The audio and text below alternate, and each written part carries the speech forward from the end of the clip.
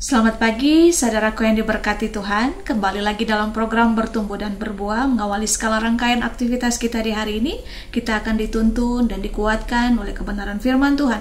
Dan tema renungan di pagi ini saya beri tema, jangan mendua hati untuk Tuhan. Pembacaan firman Tuhan terdapat dalam Hosea pasalnya yang pertama ayat yang kedua sampai ayat yang ke-9. Di situ dengan judul perikop, keluarga Hosea, gambaran Israel yang tidak setia.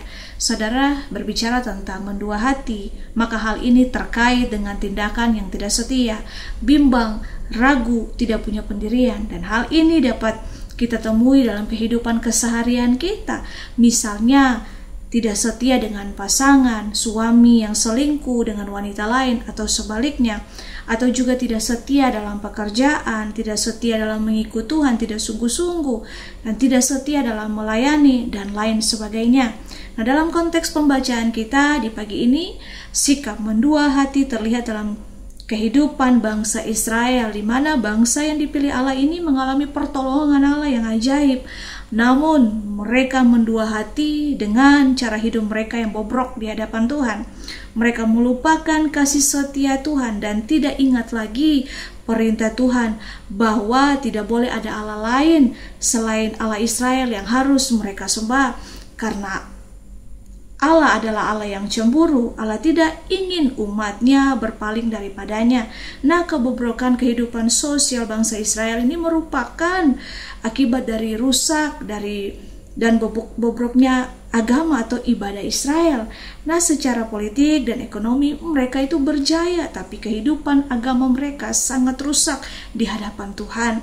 Nah, kehidupan Israel seutuhnya ini sudah dikuasai oleh roh persinahan.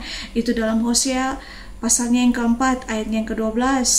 Dan kita lihat kehidupan politik, ekonomi, dan keagamaan sudah menyimpang dari Allah.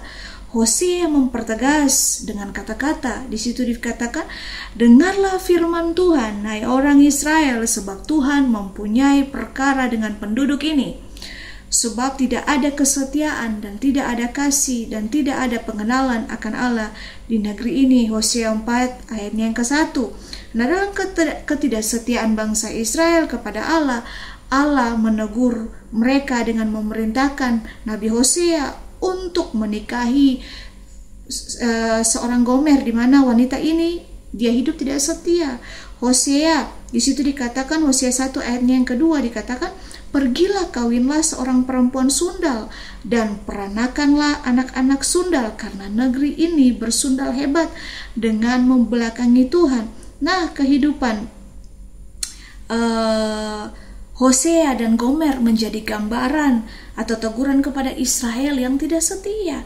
Nama anak-anak Hosea dan Gomer yakni Israel, yang artinya Allah yang menceraikan, dan yang berikutnya Lo-Ruhama yang artinya tidak ada belas kasihan, dan Loami yang artinya aku bukan Allahmu dan kamu bukan umatku. Nah, ini semua sebagai gambaran penghukuman dan sikap Tuhan terhadap Israel saat itu, dan kecemburuan Tuhan atas umatnya yang tidak setia mendatangkan penghukuman. Dan jika mereka tidak sungguh-sungguh bertobat, maka hukuman itu akan sungguh terjadi atas mereka, dan dosa mendatangkan konsekuensi yang serius di hadapan Allah.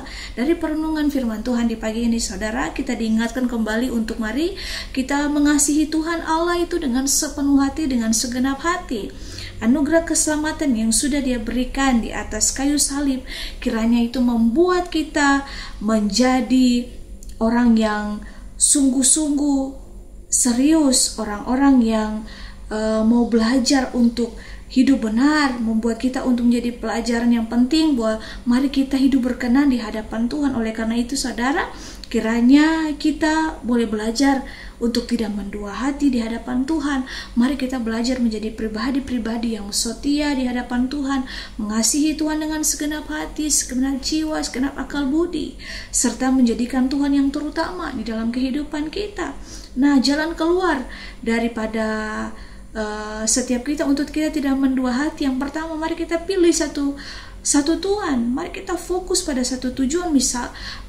Misalnya kita melayani Tuhan sepenuhnya. Ini berarti menjadikan Tuhan yang utama dalam kehidupan kita dan bertindak dengan setia.